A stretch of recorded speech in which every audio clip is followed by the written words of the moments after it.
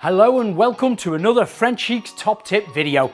I'm Craig Phillips, their brand ambassador, and in this video I'm going to show you how to build your own garden shed, then prepping all the surfaces and showing you 3 different methods of painting using the alfresco range. The first method being a traditional paintbrush, the second being a small radiator roller, and the third one being a small electric handheld paint sprayer. Now, if you've purchased a flat pack one like I have, the first thing you need to do is pick a location. If you're going to be putting it in your garden and you're putting it onto soft grass, well, it's going to have to be laid onto either some slabs or some blocks and raised up off the floor so the damp weather doesn't penetrate through the base. You can probably notice my base here is a little bit higher because I've built a frame and put this on casters so I can move it around my driveway.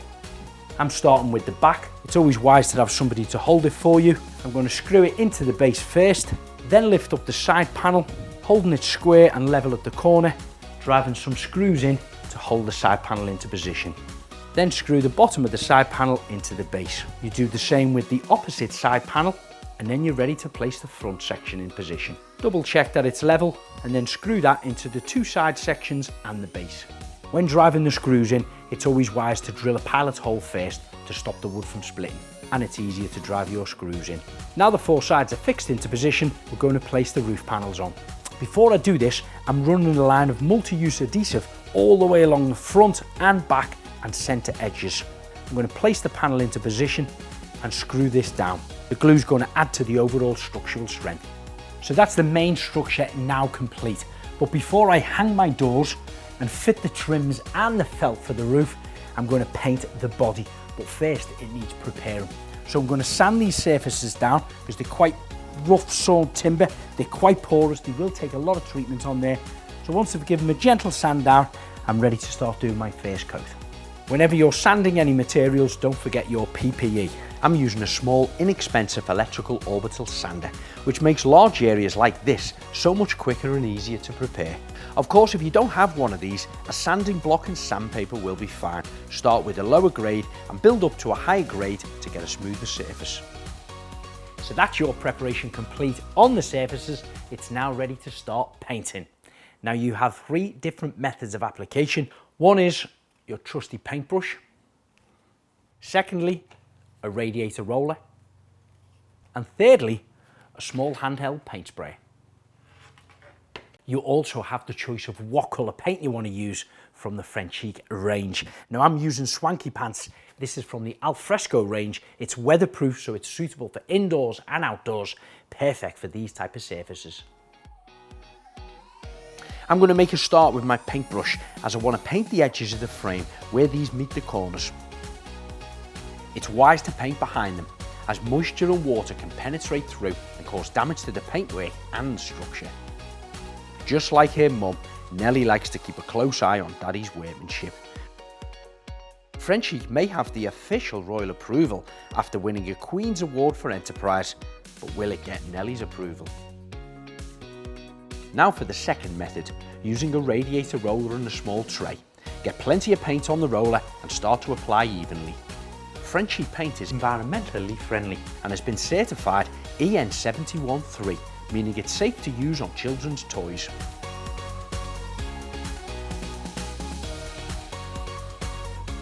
And every now and again, Nellie likes to show her Daddy how it's done properly. Now my third and final method is using a handheld paint sprayer. Those of you who've used these before know that you have to dilute the paint down most of the time. And if you're experienced using French Chic paint, you'll know for sure you have to dilute it down because it's really thick, great quality. So I'm going to add just about 10–15% water into the bottom there.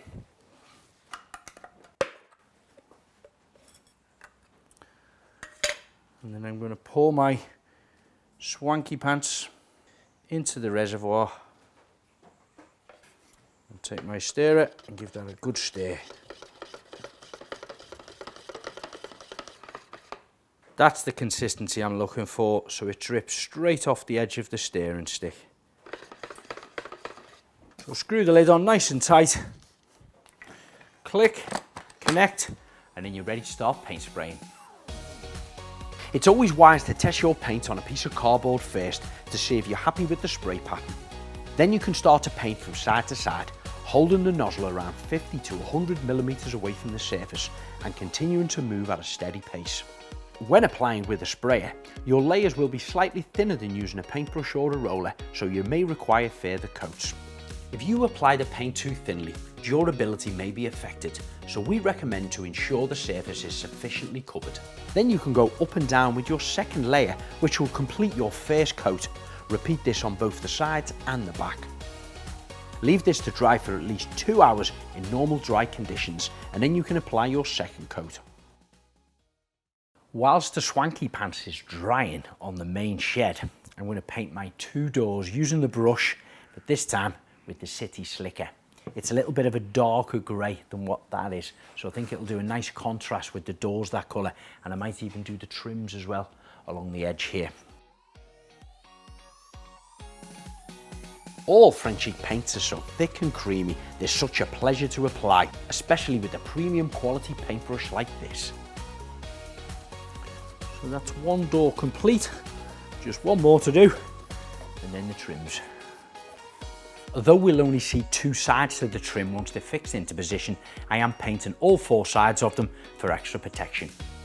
I'll also leave these to dry for a couple of hours and then give them a second coat. Like with the first coat, you can apply it side to side and then up and down to create 2 thin layers acting as one solid coat. For the Frenchique paints to perform to their full potential, you need to ensure you apply them effectively. One key factor is the rate of coverage. For example, a 750ml tin of alfresco will provide a single coat of up to 12.5 square meters. Now the second coat's dry on the doors, you can fix your hinges into position, hold the door in between the opening and screw into place, checking that it swings smoothly and it's square and level. Take your multi-use adhesive and apply it to the back of the trim. Fix this into position and screw into place for extra strength.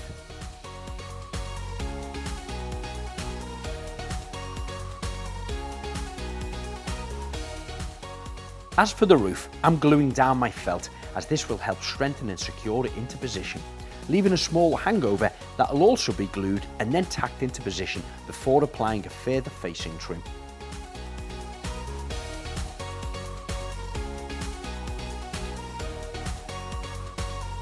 The side edge of the felt, where the range rips off, is tucked under and also glued and held into place with a painted batten. I clamped these on until the adhesive was dry.